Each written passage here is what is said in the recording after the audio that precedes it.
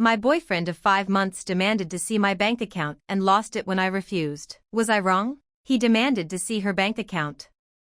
5 months into the relationship. No ring, no lease, no shared bills. Just 5 months of dating and suddenly he needs to audit her finances like he is the IRS. And when she said no, he called her childish. That tells you everything you need to know about where this story is going. She said no once and he escalated immediately. There was no calm conversation, no mutual discussion. He went straight to accusations. That is not a red flag. That is a whole parade of them marching down the street with a brass band. So let us back up and get into this properly, because there is a lot happening here and every single layer of it matters. Our narrator is a 25-year-old woman who has been with her 23-year-old boyfriend for 5 months. 5 months. They are not engaged. They are not living together. They do not share a bank account, a mortgage, a car note, or a child. They are 5 months into what most people would still call the honeymoon phase, the part of a relationship where everything still smells like possibility and neither person has yet had to navigate anything truly hard together. And somehow this man has already decided that he is entitled to a full financial disclosure from her, like she is applying for a loan and he is the underwriter sitting behind a mahogany desk with a magnifying glass and a clipboard. Now here is where it gets interesting. He did not ask to see her account because they were planning a vacation together and needed to split costs. He did not bring it up because they were talking about moving in together and needed to have an honest conversation about financial compatibility and what each person could realistically contribute. He brought it up out of nowhere, without context, without a practical reason attached to it, without even a gentle segue. It just appeared, like a demand dressed up as a conversation. And when she declined, he reacted with anger. Not confusion. Not hurt. Anger. She did not yell at him. She did not accuse him of anything sinister. She simply said no, this is private, and he responded by calling her childish and weird. That reaction alone should be studied in a psychology classroom. Framed, put on a wall, and pointed at as a case study in what it looks like when someone cannot tolerate not getting what they want. Let us talk about the dynamic he has already set up here, because this is the part that really gets under your skin when you think about it carefully and slowly. He has been volunteering his own financial information to her over the course of these 5 months. He shows her his balance unprompted. He tells her how much he has in his account like he is sharing something meaningful and intimate. He drops these numbers into conversation and watches her receive them. And he has now started using that pattern as leverage, framing it as some kind of reciprocal agreement she never actually consented to and never agreed to enter. He gave her information she never asked for, information she may not have even wanted, and is now acting deeply betrayed when she does not hand over the same in return. That is not generosity. That is not openness. That is a setup. That is someone laying groundwork piece by piece and then performing shock and offense when the other person does not play along with a game she did not know she had entered, a game whose rules she was never shown. She is absolutely right to name this as a control thing. Think carefully about what the actual power dynamic looks like if she complies. She opens her phone. She pulls up her banking app. She turns the screen toward him and lets him see the number sitting there. And now he knows. He knows whether she has more than him or less than him. He knows what she spends money on and what she saves and where her priorities actually live when no one is watching. He knows whether she is financially independent and comfortable or stretched thin and quietly stressed about it. And in a relationship that is only 5 months old, that kind of information hands someone a very specific type of leverage over you that is nearly impossible to take back once it has been given. Financial vulnerability is real and it is not abstract. Knowing someone's exact financial situation when you are not their spouse, not their financial partner, not even someone who has been around long enough to sit with them through a single difficult season of life, that is information that can be used in subtle ways that are hard to name but very easy to feel in your chest during an argument at 2 in the morning. She also brought up something that is deeply important and that I think deserves more than a passing mention, because this is one of those details that completely reframes the conversation when you actually sit with it. She is a black woman. He is a white man. And she has been raised, the way many black families raise their children across generations, with a very specific and very historically grounded understanding of financial privacy and what it means to protect what is yours. This is not paranoia. This is not an irrational quirk or a cultural wall she has built to keep intimacy at arm's length. This is wisdom. Wisdom that was built over generations by people who learned the hard way, through real and documented and ongoing harm, that sharing your financial information with the wrong person in the wrong context can have consequences that echo for years. The racial wealth gap in this country is not ancient history that has been neatly resolved. It is present and ongoing and felt in real time by real families. And the instinct to protect your financial privacy, particularly across racial and cultural lines, is not something that needs to be explained or justified to a partner who genuinely respects you. It is informed. It is earned. It is protective in ways that go beyond any single relationship. For him to dismiss that without pausing, without asking a single question about where that boundary comes from or what it means to her, to immediately reach for the word childish without even attempting to understand the full human being standing in front of him, says something quiet and damning about how little he is actually listening to her. Now some people might say, well, what is the big deal? If you have nothing to hide, you should be comfortable being open with your partner. And I want to address that directly because it is the laziest possible framing of this situation and it deserves to be taken apart. Privacy is not secrecy. Having a boundary around your personal finances does not mean you are hiding something shameful or running some kind of scheme. It means you have a sense of self that does not dissolve the moment someone else expresses curiosity about something that belongs to you. Healthy relationships are built on mutual respect, and mutual respect means accepting that your partner gets to have things that are entirely theirs, things that exist outside the relationship and do not owe the relationship access. An individual bank account is one of those things. Especially at 5 months. Especially when you are not building a shared financial life together. Especially when no one has even said the word future out loud in a serious way yet. There is also something worth noting about how he reacted versus how she might have reasonably expected a secure and emotionally mature person to react. If someone who genuinely respected you said no to something, the response of a secure partner would be to pause, to ask a gentle question about why, to actually listen to the answer, to perhaps share that it makes them feel uncertain or disconnected, and to work through it together like two adults who care about each other. The response is not to immediately label the other person childish. That word is doing a very specific job in this argument, and it is not an innocent one. It is designed to make her feel like her boundary is immature, like real adults in real relationships do not have financial privacy, like she is somehow less sophisticated or less capable of genuine intimacy for choosing to protect herself. That is a manipulation tactic. It may not be a fully conscious one. He may not have sat down and planned it. But it is one regardless, and the effect it has on the person on the receiving end is the same whether it was calculated or reflexive. He is 23 years old. And I do not say that to dismiss him entirely or to suggest that young people are incapable of emotional intelligence, because age is not everything and plenty of 23-year-olds would handle this with grace. But it is relevant context here. He is young. He may not have developed the emotional tools yet to understand that wanting access to something is not the same as being entitled to it. He may genuinely believe, somewhere in his chest, that love means total transparency and total access, that if you love someone you should be willing to show them everything. But that belief, however sincere and however common, does not make it healthy or correct. Boundaries exist in loving relationships. Privacy exists in loving relationships. Two people can be deeply committed to each other and still have things that are entirely their own. And a partner who cannot sit with that reality at 5 months is showing you a very specific and very important version of who they will be at 5 years.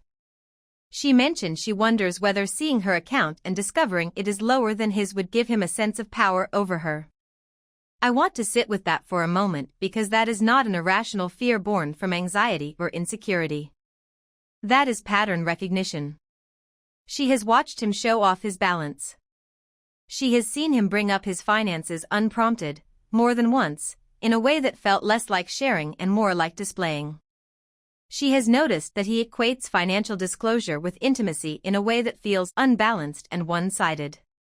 And her gut, the quiet and often underestimated intelligence of a person who has been paying close attention, is telling her that this information in his hands at this stage of the relationship would shift the dynamic between them in a way she would not be able to easily undo.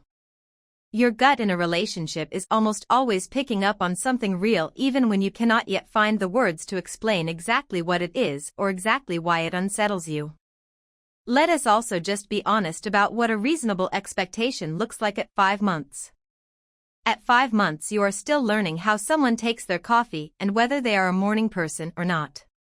You are still figuring out how they argue when they are genuinely upset and how they apologize when they know they were wrong.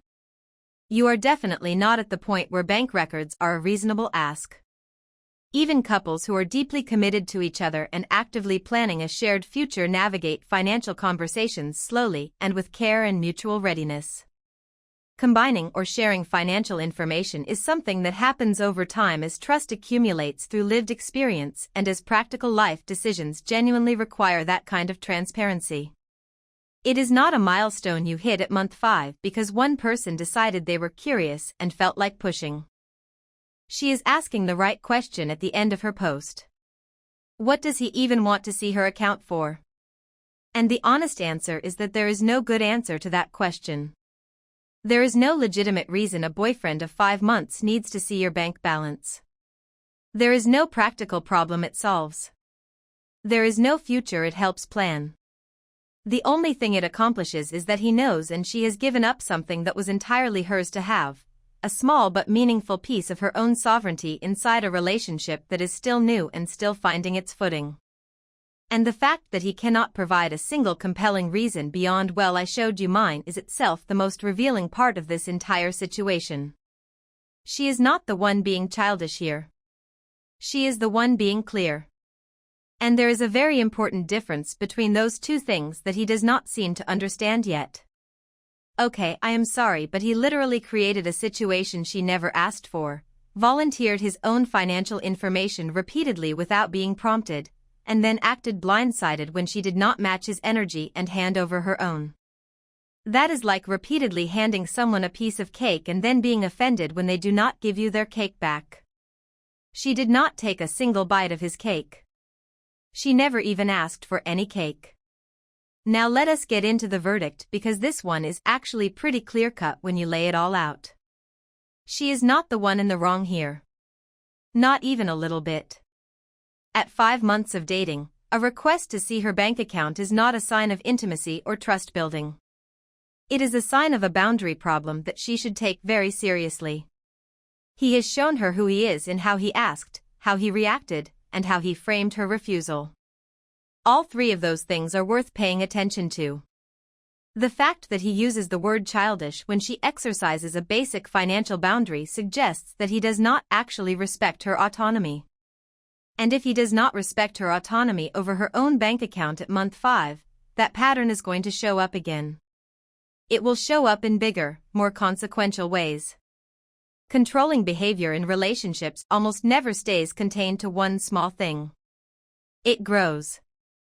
And the earlier you recognize it, the better positioned you are to make a decision about whether this is the relationship you want to stay in. My honest final thought on this is that she should trust her instincts completely.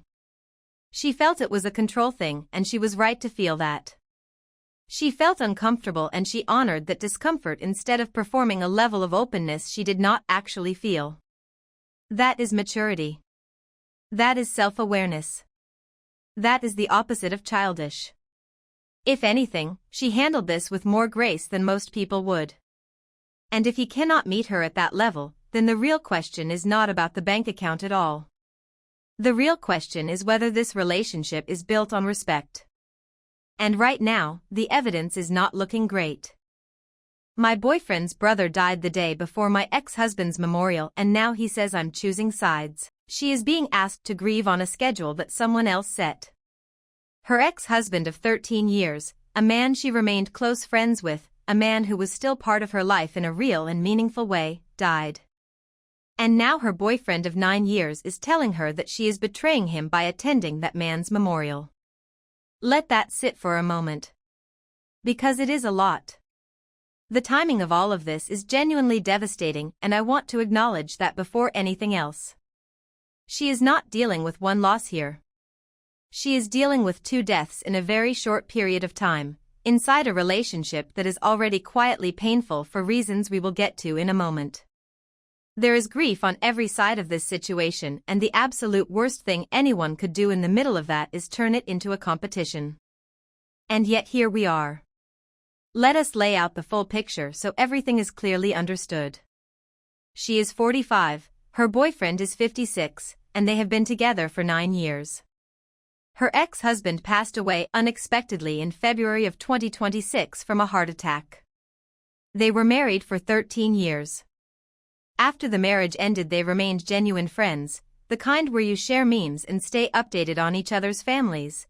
The kind of friendship that takes real emotional maturity from both sides to build after a marriage ends. His family planned a memorial for May 16th, when the weather would be better and more people could travel and gather comfortably. She had been planning to attend for months. Her boyfriend knew and was fine with it. There had been no argument, no hesitation, no red flags at that point. Just quiet acceptance, the kind that makes you believe you are with someone who trusts you. Then, in one of those brutal coincidences that life occasionally delivers without any warning or mercy, her boyfriend's brother was killed in a car accident just days before the memorial. His funeral was scheduled for May 15th in a different state. 2 funerals. 2 different states. 2 different people she had entirely different relationships with. She is standing in the middle of an impossible logistical knot that she did not tie. And instead of the 2 of them sitting together in that pain and figuring out the logistics with compassion and mutual understanding, her boyfriend immediately framed it as a choice.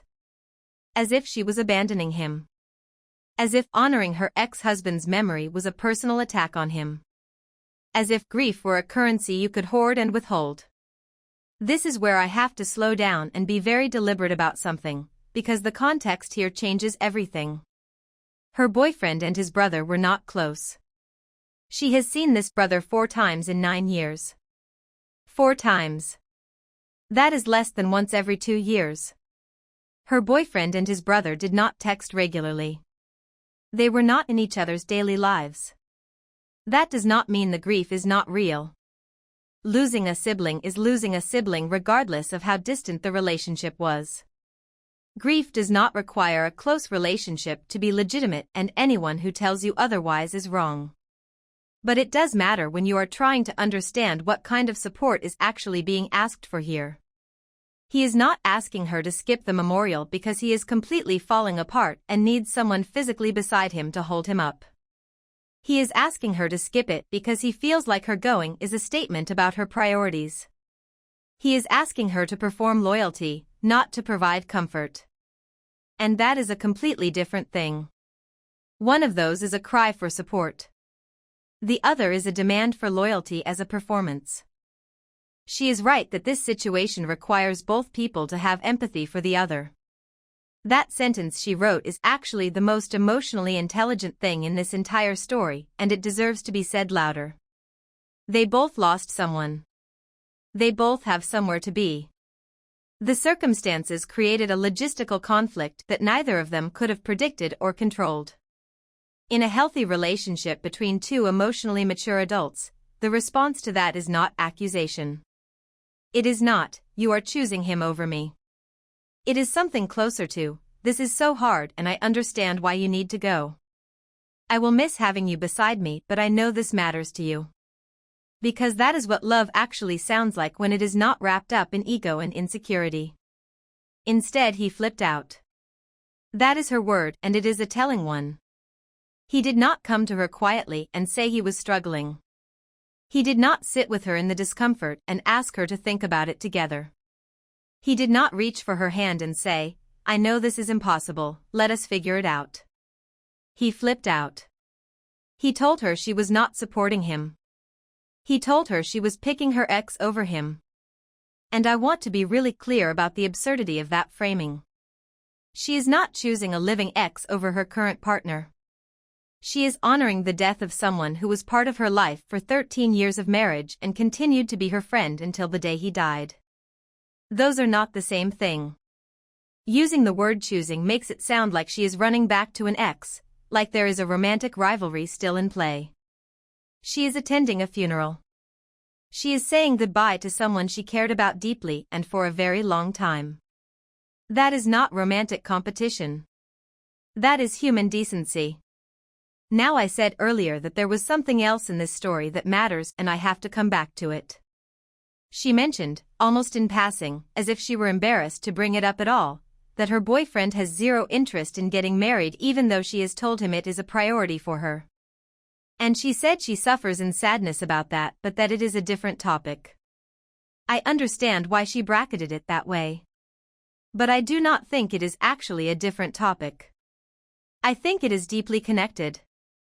Because what she is describing is a 9-year relationship where her core desire, which is a committed, formalized partnership, is being perpetually deferred by someone who knows it matters to her and continues to choose his own preference over hers, year after year after year. And then that same person, when confronted with a moment that requires him to put her needs first for once, to extend the same grace she has been extending to him quietly for nearly a decade, responds with an accusation instead of empathy. That is a pattern. And patterns tell you something that individual incidents sometimes cannot. There is something quietly heartbreaking about the way she describes her ex-husband in this post. He liked golf. They shared memes. They talked about family. She is not describing a dramatic or complicated relationship. She is describing a friendship. A real one. The easy, comfortable kind that takes years to grow and that most people never manage to build with someone they once loved romantically. The kind that survived the end of a marriage because both people chose to be decent to each other when it would have been easier not to be. And now he is gone suddenly, taken by something as ordinary and devastating as a heart attack on an unremarkable day. The grief of that is layered in a way that is hard to articulate, because when you lose someone who knew you during a significant chapter of your life, who watched you become a version of yourself that no longer exists, you lose a witness to that chapter too. That kind of loss sits differently. It is not just missing a person. It is missing the proof that that part of your life was real. She deserves to stand at that memorial. She deserves to say goodbye in the company of people who also loved him. Nobody who loves her should be making her justify that. I genuinely cannot believe he used the phrase picking my ex over him. That framing is so emotionally immature it would be almost funny if the circumstances were not so painful. Her ex is dead. There is no competition happening. There is no version of reality in which attending a memorial for someone who has passed away constitutes a romantic betrayal of a living partner. The fact that he went there immediately, that his mind jumped straight to rivalry with a dead man, that his grief somehow became about jealousy before it even had a chance to become about loss, says something uncomfortable about where his insecurities are living and how long they have been there. Now let us get into the final analysis because she deserves a clear and honest answer. She is not the one in the wrong here. Not even slightly. She had prior plans to attend a memorial for someone she genuinely cared about. Those plans were made with her boyfriend's full knowledge and his full agreement. A tragic and unexpected event occurred that created a scheduling conflict through absolutely no fault of her own. She communicated honestly about the situation instead of just disappearing or lying about it. And his response was to make her grief about his feelings and call it a loyalty test. That is not fair. That is not loving. That is not what you do to someone who is also grieving. She expected to support her own loss while he supported his. That is not abandonment. That is two adults in a partnership each handling a hard situation within their own family sphere. The idea that her presence at her ex-husband's memorial somehow diminishes her care for her boyfriend is a narrative he invented. She did not create it. She should not have to carry it. My final word on this is for her directly. You have been in a relationship for 9 years with someone who will not give you the commitment you have asked for, and when a moment of mutual grief arrived and you needed each other to be generous, he chose jealousy. That tells you something. You are not wrong for wanting to attend that memorial. You are not wrong for expecting him to understand. And if he cannot find the grace to honor your loss the same way he expects you to honor his, then the conversation you two need to have is about a lot more than just the funerals. Drop a comment below letting me know which story hit harder for you. And if you made it this far, a like and subscribe would mean a lot.